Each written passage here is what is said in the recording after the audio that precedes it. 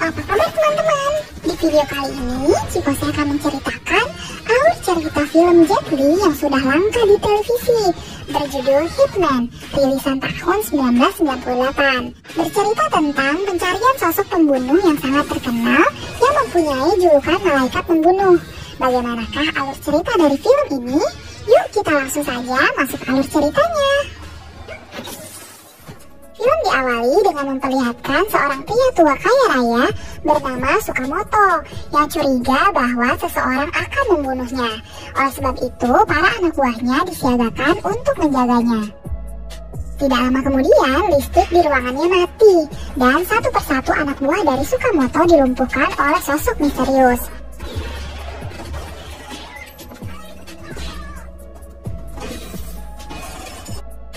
Benar saja, sosok misterius itu dari awal memang mengincar nyawa Sukamoto.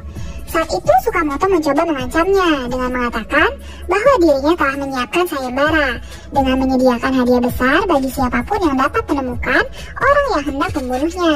Namun perkataan itu tidak dipedulikan dan akhirnya Sukamoto langsung dibunuh. Beralih ke seorang pemuda bernama Fu yang sedang berbelanja kebutuhan di sebuah toko, terlihat bahwa dirinya sangat miskin karena mengejar uang receh yang jatuh dengan segenap kemampuannya.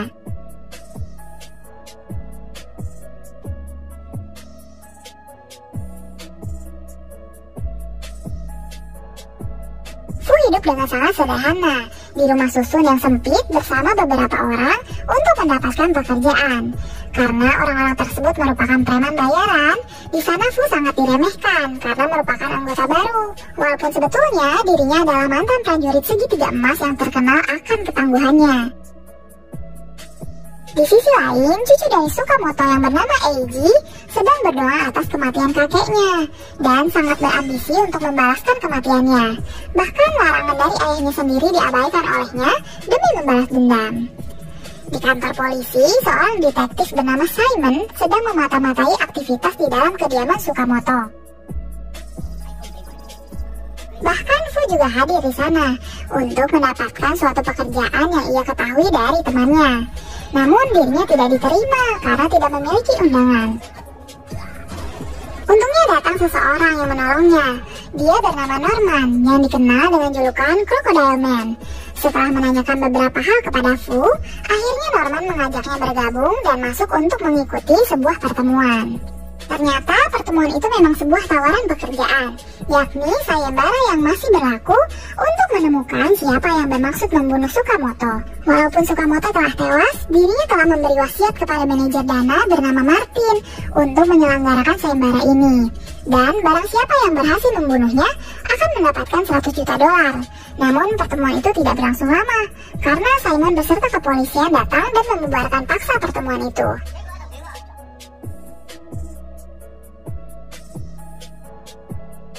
Di luar dugaan, ternyata cucu Sukamoto bernama Eiji telah mengikuti sayembara itu dan sangat berambisi untuk memenangkan hadiahnya.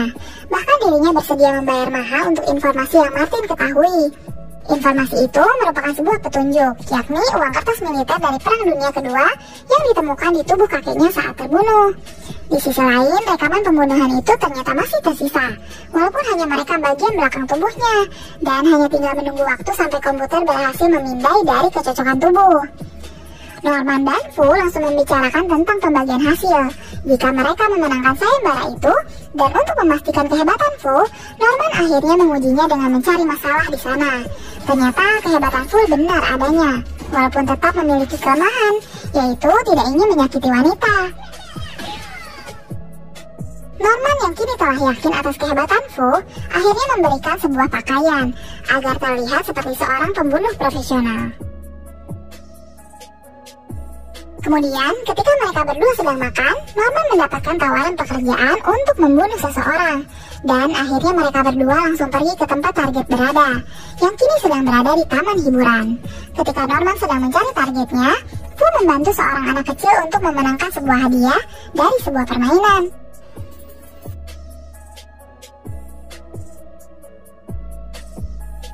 Namun ternyata target yang harus dibunuh itu adalah ayah dari anak yang dibantu oleh Fu. Tentu saja saat Fu hendak membunuhnya, dirinya langsung mengurungkan niatnya. Ternyata ada pembunuh lain di sana. Mereka semua adalah teman sekamar dari Fu. Akhirnya tanpa berpikir panjang, Fu mencoba menolong target yang harusnya dia bunuh, walaupun harus diakhiri dengan kematian teman-temannya.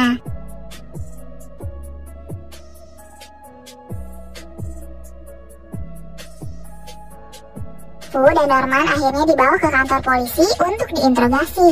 Untungnya mereka berdua tidak ditahan karena anak perempuan Norman yang merupakan pengacara muda bernama Kiki datang untuk menjaminnya. Namun walaupun mereka berdua akhirnya dibebaskan, Simon tetap mengabaikan Norman dan mencurigai Fu seakan ada yang aneh darinya. Di luar kantor polisi, ternyata target pembunuhan itu datang untuk berterima kasih dan memberi Fu imbalan. Namun tentu saja Norman mengambil sedikit bagiannya karena telah gagal membunuhnya. Ketika dalam perjalanan, Fu diturunkan di jalan oleh Norman dan akan menghubunginya jika memerlukan bantuannya.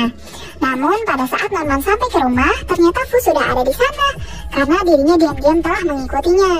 Karena Fu sekarang tidak mempunyai tempat tinggal, terpaksa Norman mengizinkan untuk menginap selama Kiki masih tinggal di asrama.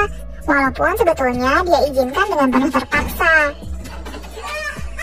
Dan lucunya lagi, Norman dengan percaya diri mengajari Fu cara untuk menjadi seorang pembunuh, yang itu semua telah dipelajarinya dari dalam buku. Bahkan dirinya menunjukkan senjatanya yang kini telah berkarat.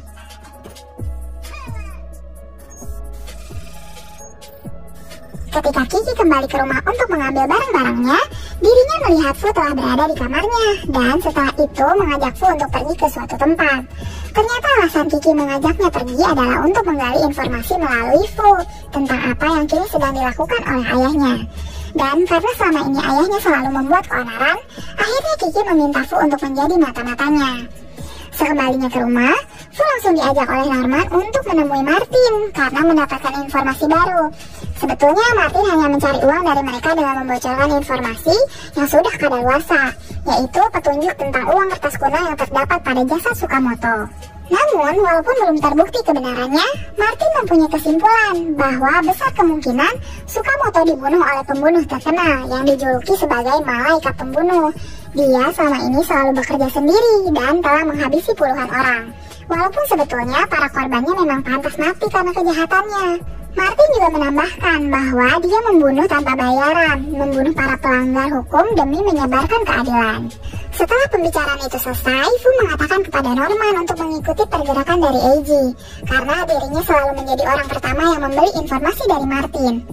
Berhari-hari mereka berdua memata-matai Eiji, hingga akhirnya mereka menemukan bahwa petunjuk uang kertas itu mengarah kepada seseorang, yaitu orang tua bernama Ling, yang kini hidup sebatang kara. Dengan cepat mereka mengikuti pergerakan Eiji dan ketika mereka semua sampai, para anak buah Eiji langsung menuju kamar Mr. Ling. Namun ketika masih mencari keberadaannya, muncul seseorang yang mana itu merupakan pembunuh bayaran lain. Bersamaan dengan ditemukannya Mr. Ling di tengah-tengah perkelahian itu. Fu dan Norman berusaha menyelamatkan Mr. Ling sambil dikejar oleh anak buah Eiji dan pembunuh bayaran lain yang membuatnya sempat terpojok. Namun Fu bereaksi dengan cepat dan berhasil membawa mereka keluar dari situasi tersebut. Pelarian mereka ternyata gagal karena dihadang oleh anak buah Eiji yang terlihat sangat hebat. Dan demi meloloskan Norman, Fu akhirnya bertarung dengannya walaupun akhirnya harus kalah karena musuh menggunakan senjata rahasia.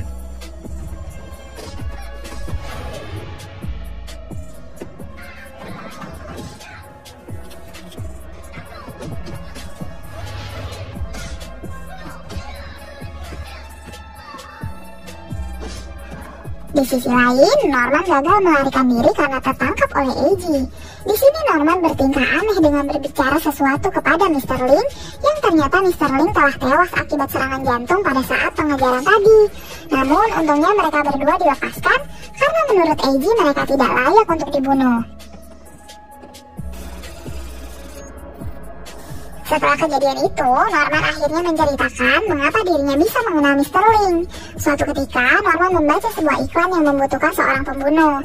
Ketika itu, Norman sedang membutuhkan uang yang akhirnya menemui si pemasang iklan, yaitu lelaki tua tadi. Dia menginginkan Norman untuk membunuh Sukamoto, yang telah membunuh keluarganya saat perang. Dan bayarannya adalah sekantong uang kertas zaman perang yang ditukar menjadi $2.000, yang setelah berita kematian Sukamoto, Mr. Ling menyetorkan uang itu kepada Norman, karena dikira dialah yang telah membunuh Sukamoto. Dan ketika Norman akan menjelaskan kejadian yang sebenarnya, itu semua sudah terlambat. Beralih ke Eiji, saat dirinya sedang mencari petunjuk, dirinya menemukan fakta bahwa sehari setelah kematian Sukamoto, Mr. Ling memindahkan dananya ke rekening Norman, yang membuat Norman dikira adalah malaikat pembunuh yang telah membunuh Sukamoto. Kembali ke Norman, saat itu dirinya melihat berita bahwa apartemen tempatnya dahulu tinggal kini telah terbakar, dan berkesimpulan bahwa semua pembunuh bayaran sudah mencurigainya. Dan beberapa saat kemudian, kediaman mereka pun akhirnya diserang, walaupun akhirnya mereka berhasil selamat. Sekarang nyawa Norman menjadi terancam karena semua pembunuh bayaran yang menginginkan uang hadiah itu kini mengira bahwa dirinya adalah malaikat pembunuh. Tetapi faktanya, komputer yang kini berhasil menganalisa sosok pembunuh dari sisa rekaman adalah detektif Simon, yang ternyata dialah sosok malaikat pembunuh yang telah membunuh Sukamoto. Singkat cerita, Norman dan Fu menghadiri pesta yang diselenggarakan oleh orang tua David. Bahkan Simon pun hadir di sana, karena dirinya mengkhawatirkan nyawa Kiki yang kini menjadi terancam. Dan karena perkataan itulah, Fu menjadi curiga bahwa Simonlah malaikat pembunuh yang sebenarnya, karena dirinya mengetahui bahwa Norman tidak bersalah. Norman yang kini merasa hidupnya tidak lama lagi, akhirnya membuat Kiki bangga atas kejujurannya di depan keluarga David.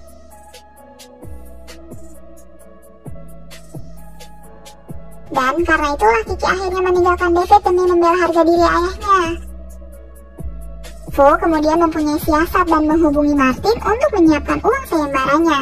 Dan ketika mereka berdua telah sampai, Fu langsung menembak Norman dan memastikan uang itu dibayarkan kepadanya. Namun kecurigaannya ternyata benar, bahwa Martin sebetulnya berada di bawah tekanan Eiji. Karena uang sayembara itu hanyalah sebuah alasan bahwa apapun yang terjadi, uang itu akan menjadi milik Eiji. Seketika itu, pertarungan langsung terjadi di sana.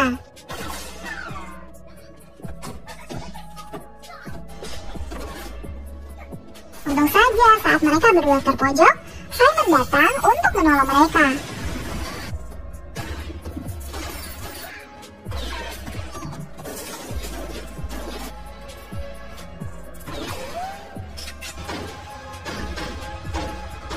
Kini mereka semua akhirnya mengetahui bahwa Simon adalah malaikat pembunuh yang sebenarnya.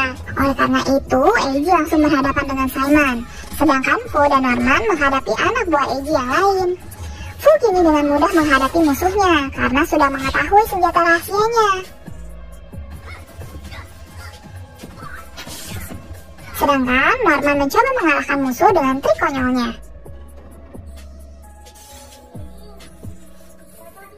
Namun Simon yang kewalahan karena tidak memiliki senjata akhirnya dibantu oleh Fu, hingga semua anak buah Eiji berhasil dikalahkan.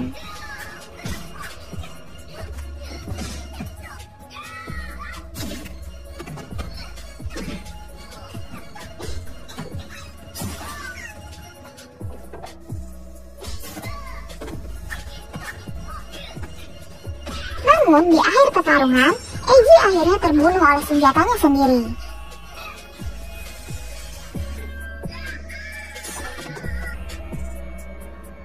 Setelah mereka semua berhasil dikalahkan, muncullah Martin.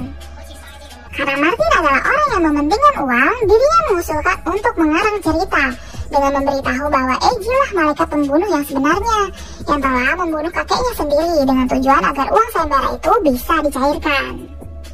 Di akhir film, setelah Martin selesai membagi rata uang sayembara itu, Kiki akhirnya mengambil Fu sebagai agennya agar ayahnya tidak membuat ulah lagi. Bahkan Simon pun akan pensiun dari pekerjaannya sebagai malaikat pembunuh karena dirinya telah menemukan pengganti yang cocok sebagai malaikat pembunuh selanjutnya, yaitu Fu. Terima kasih sudah menonton video ini sampai selesai. Sampai jumpa di video selanjutnya.